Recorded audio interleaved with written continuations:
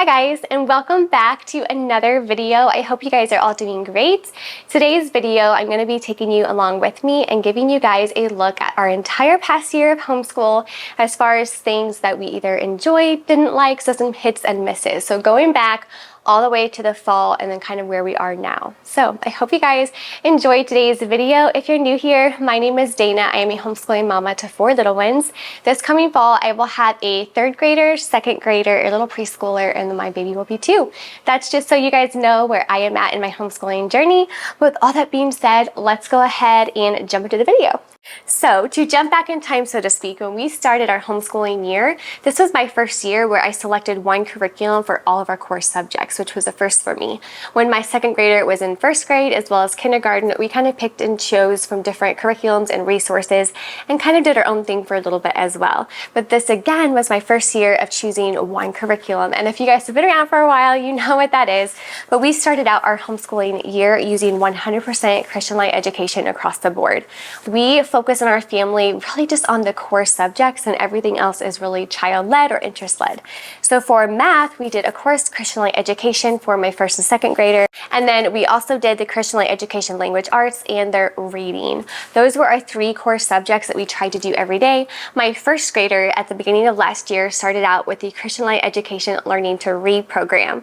It's the same program that my 2nd grader did, and he loved it. He did all 10 light units and just breezed through it. He really did enjoy it, and I feel like that program, if you do all the little things, whether that be the flashcards or the sight words or extra phonics practice, it just is so, I've seen just so much success with it within our own family, to the point where that's going to be my go-to reading program for all the little ones coming up.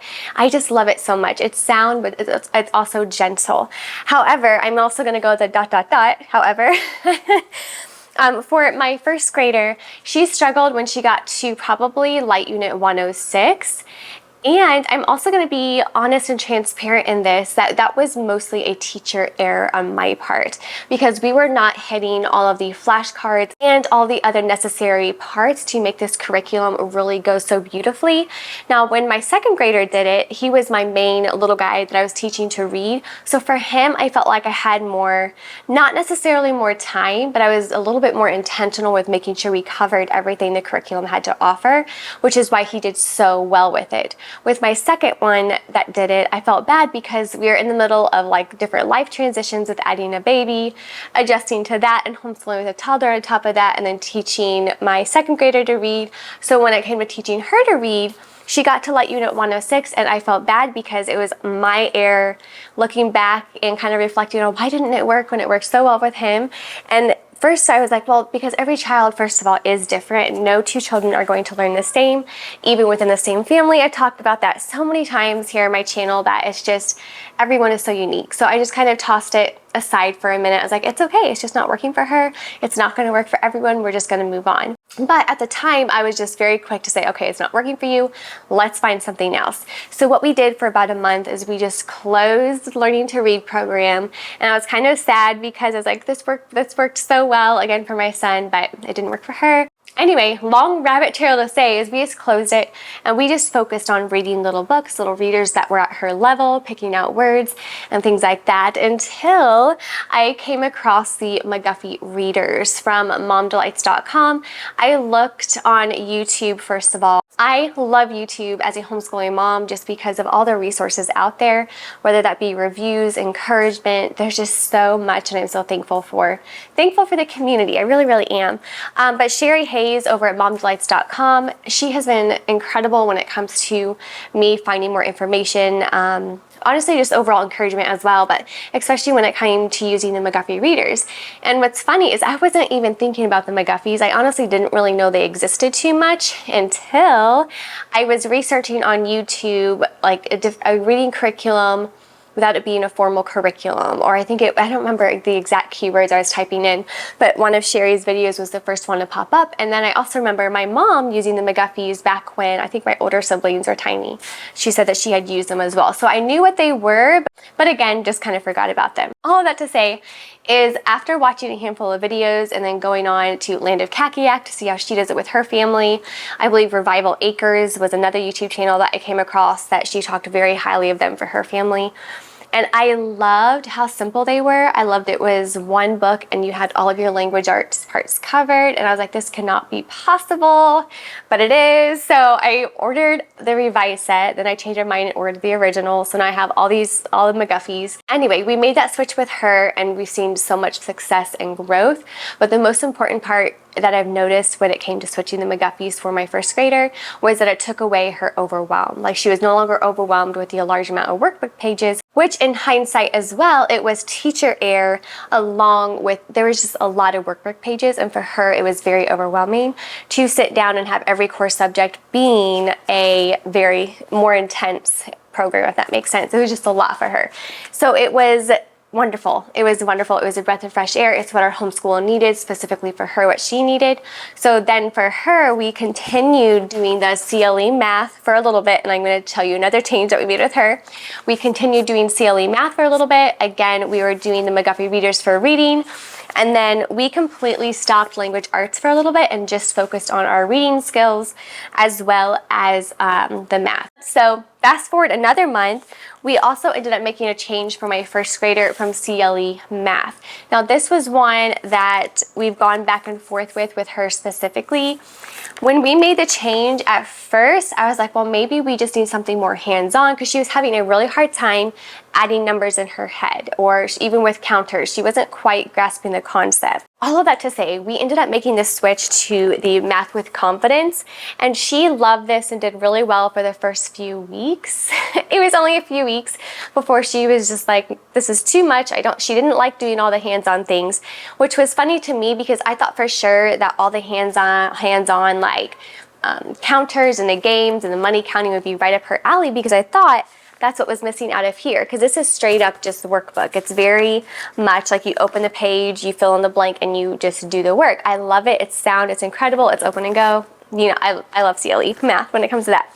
But this, it was just so many activities that when we first started it, it was new, it was exciting, and she was excited.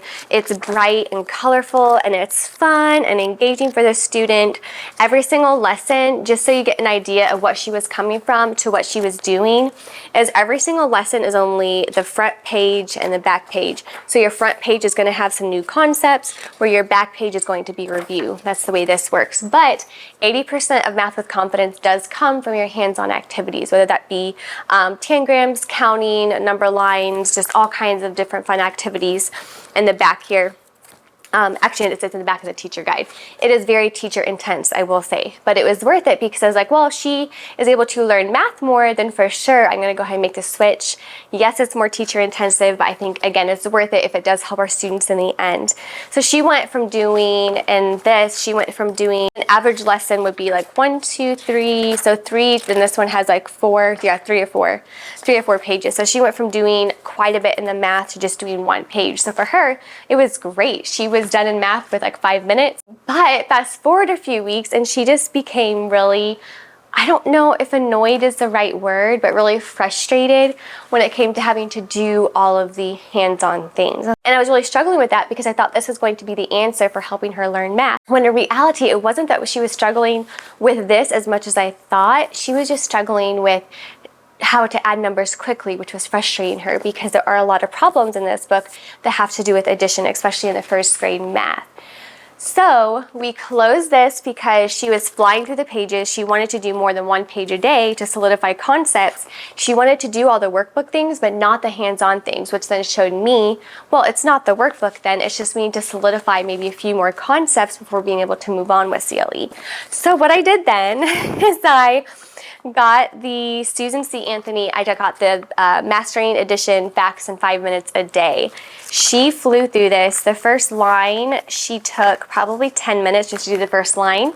And then after that, it was like she was adding so quickly. So this is a huge and a wonderful, wonderful resource. It's quite literally just addition facts in 5 minutes a day, where you go down the line fill in the blanks, and so by the time they're done with this book, they really automatically can add.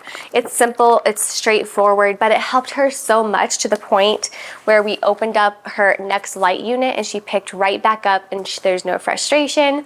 It's open and go. She's thriving with it. She's doing great. She's getting ready to be in 107, so I'm hoping we'll get to like 109 and then just be on a little bit of a shorter summer break.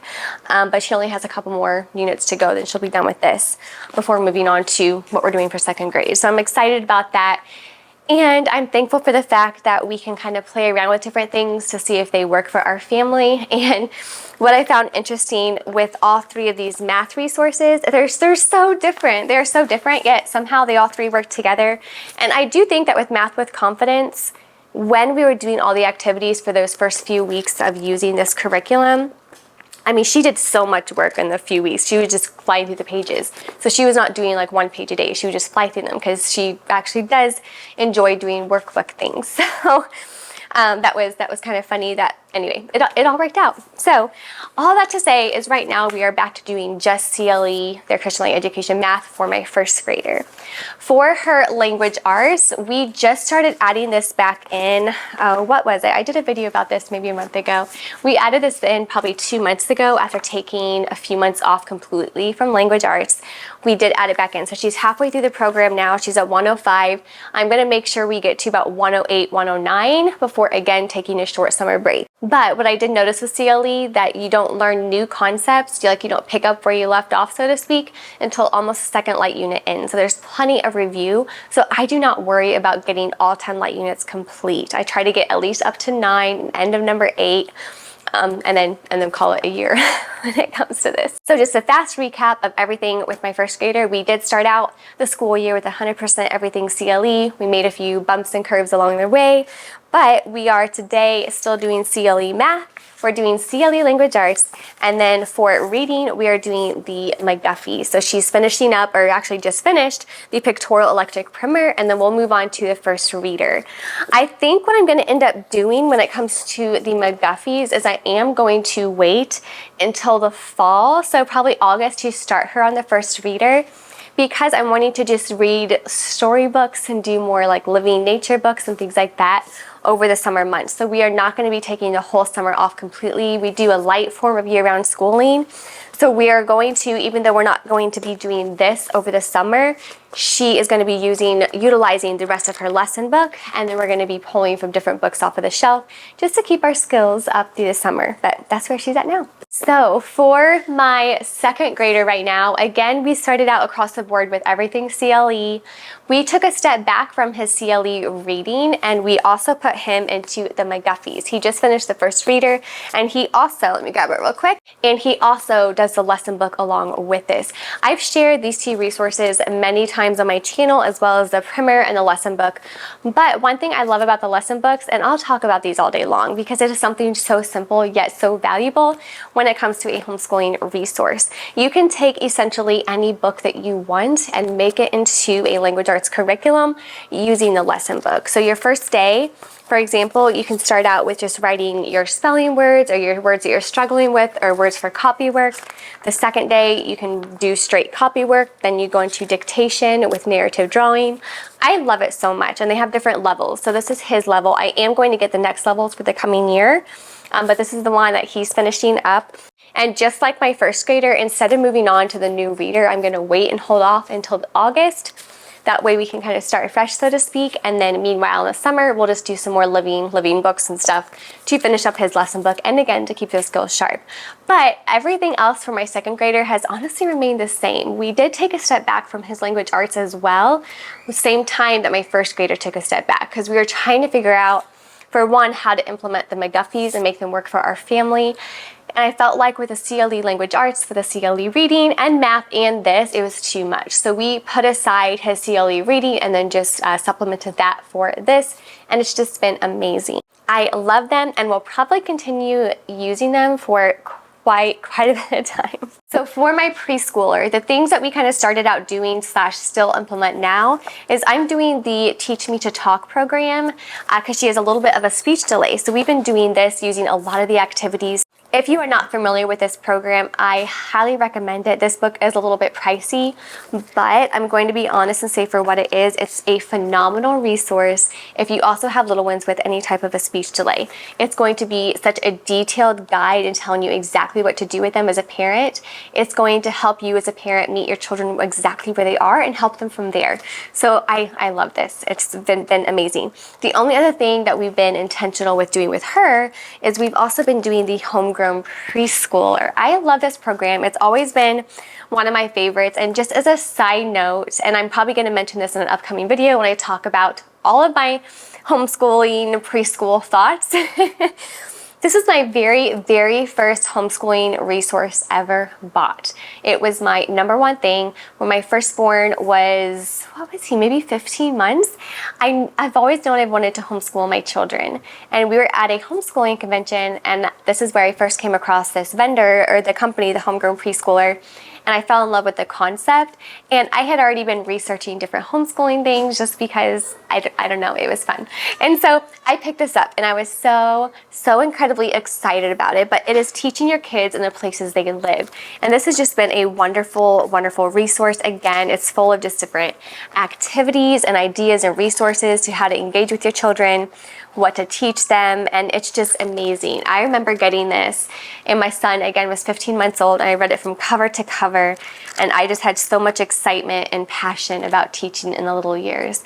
I was just so excited about it. I mean, there's activities, there's like recipes you can do together, the stories in here, the quotes, it's just so beautiful. I love it.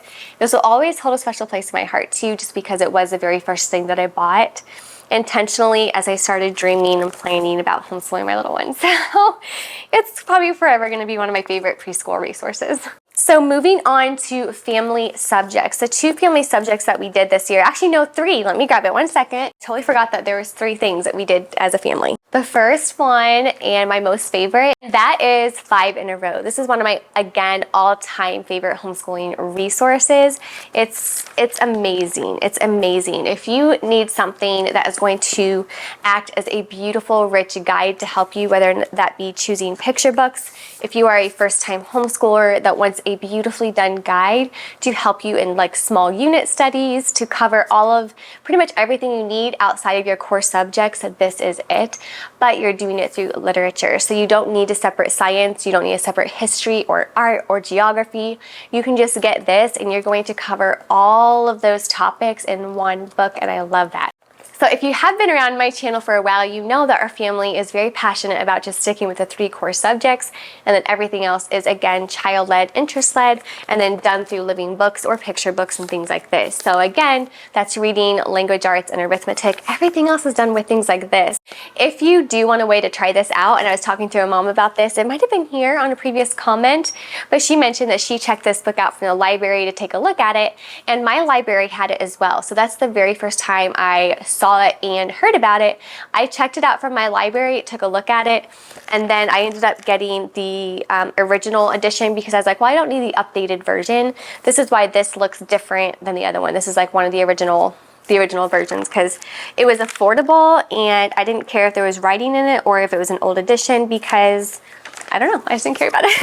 Anyway, highly recommend 5 in a row. It's been one of our family's favorite resources, and I am going to go ahead and invest in getting volume 2 to start this fall with my kiddos. Another family favorite, and I'm going to consider this history, even though I wouldn't say it's a core curriculum, even though you can use it as such, but we read through this entire thing, and I did get the 2nd volume that we'll be reading either over the summer or in the upcoming school year. But I love this. It really makes the children learn about history, but without them feeling they're learning about history. They just automatically know things, I feel like, when we read this. So highly recommend this, especially if you're wanting a non-boring textbook type history. So we have this as well as some of the Tuttle Twins books. So the last family subject that I wanted to share with you guys is the Gentle and Classical Sequence 1. I loved this. I really did. And I'm going to be honest and say that I don't really have any cons about this. It is just straight up simply did not end up working for us. And there are a couple of reasons why. First, I am going to say all of the pros of this before I give the reasons, kind of why we took a step back from it. But it is very very intentionally laid out to where it really is an open and go style for the teacher. Like it even has grids for you to do, tells you exactly what to do with your kiddos, whether that be your artist study, what hymn you're doing, your composer study, all of that. It's amazing and 100% aligns with Charlotte Mason and that approach to homeschool. It also gives you a very detailed look at exactly what your weeks will look like. So for example, Unit 11, it tells you what morning virtue, your science, your catechism, the Bible story, additional literature that you can go through, which we already did. And then if you are using this as a language arts curriculum, it gives you your grammar thing to work on, your spelling, and your spelling list. The only reason why I say this didn't work is I didn't think that this was a standalone language arts program. And I was kind of doing it to see if I could make it a standalone language arts to supplement maybe some CLE workbook things to make it more kind of engaging and fun for the kids. But what it ended up doing was just adding on top of the things. So there are grammar rules that you memorize and there's spelling words that you memorize. But if they were already doing spelling and they're already doing grammar within their language arts program, it was just one more thing that they felt like it was just too much, if that makes sense, because CLE was already so workbook heavy and it is so sound, so I didn't feel like I had to supplement with this. And so I felt like so our memory statement boards, we did have our grammar rules up there and things like that. But you can pick and choose also what you work on. That was just not something that we needed or really did. One of my favorite things about this though is their book list. But what I did with this curriculum to make it work for us for a longer amount of time was I was very choosy with exactly what we did within it. I loved using, again, the layout. I liked using the grids and picking and choosing exactly what my kiddos were interested in and going from there. I loved having it laid out to tell me exactly what states to study, exactly what Bible story to read, what scripture to read, and I loved that. I love the organization of this curriculum. If you do want to take a look at it, I'll have the video of the flip through I did linked down below. Beautifully, beautifully done. It was just a little bit too much for me to handle and when I tried starting it, but it's just, I love it so much. I am going to end up keeping the teacher guide, which is this big binder right here, in case we can come back to it, because it took hours and hours of prep for me to prepare this, and I was bummed that we ended up not using it nearly as much as I thought we would have.